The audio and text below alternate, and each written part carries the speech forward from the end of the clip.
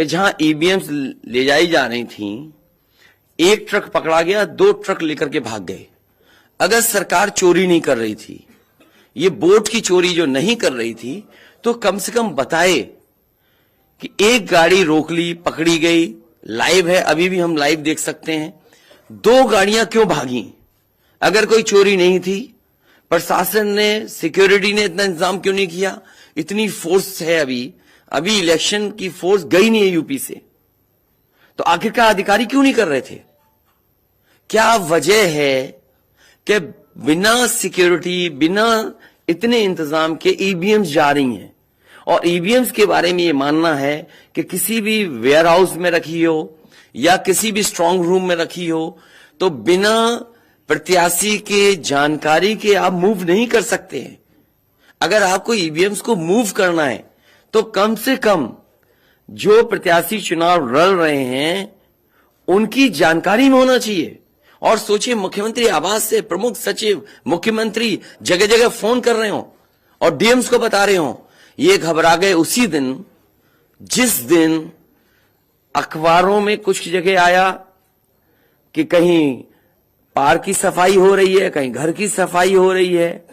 और आप में से वो लोग हैं जो जमीन पर घूमे, जो जमीन पर चुनाव चल रहा है, वो भारतीय जनता पार्टी के खिलाफ था, जनता के अंदर नाराजगी थी।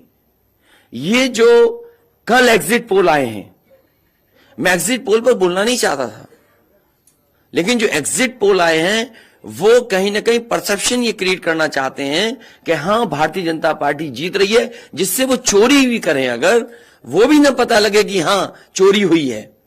इसीलिए अगर हमने वोट दिया है, तो मैं अपने नौजवानों से, किसानों से और आम लोगों को कहूंगा कि उतनी हमारी जिम्मेदारी बनती है कि वोट को हम बचाएं। अगर वोट नहीं गिना जाएगा, तो लोकतंत्र कहां जाएगा? और ये लोकतंत्र की आखिरी लड़ाई है। मैंने कई बार कहा कि उत्तर प्रदेश का चुनाव लोकतंत्र की आखिरी लड़ाई है। इसके बाद तो जनता को क्रांति करनी पड़ेगी, तभी बदलाव आएगा।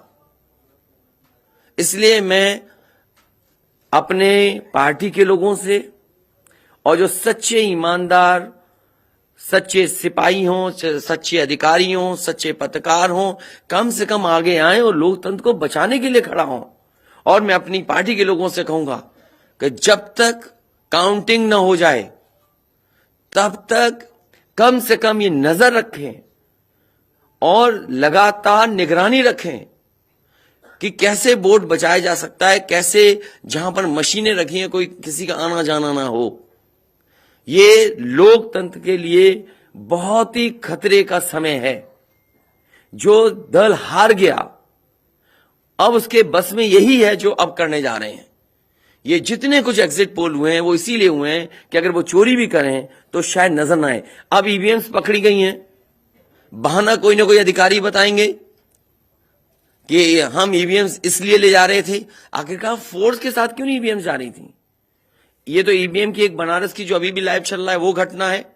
बरेली में एक स्ट्रांग रूम से बाहर नगर पालिका की कचड़े की गाड़ी में, जिसका नंबर UP25 DT 9166 में 3 बक्से सील पकड़े गए।